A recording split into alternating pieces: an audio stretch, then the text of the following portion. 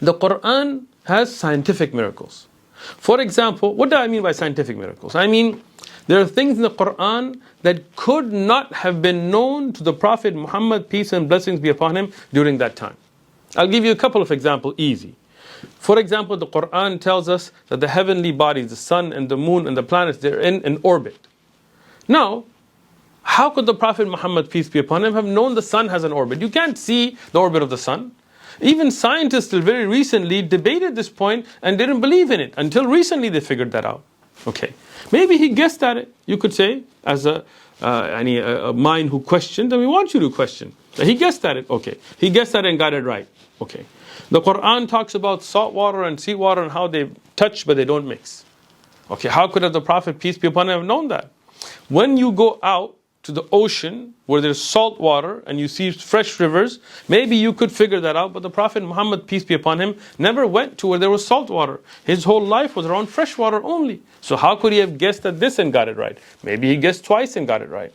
The Quran tells us that the mountains are like pegs into the ground.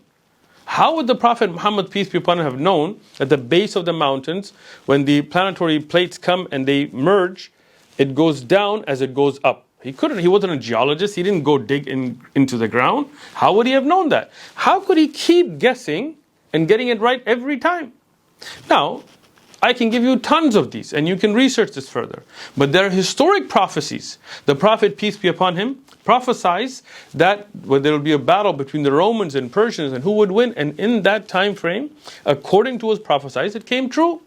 Not just that, he prophesied Istanbul, which today is called Istanbul, it was called Constantinople at the time, would be liberated and it would become a Muslim city. How would he have known that? It didn't happen in his lifetime.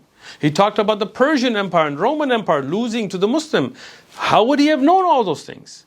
That happened years, sometimes hundreds of years after his life. These prophecies that came true, every single one of them. How could he guess scientific facts and get it right? How could he get historic things and get it right? How could he know about the nations of the past that the Arabs didn't know about? For example, why was Moses in Egypt? Because of Joseph.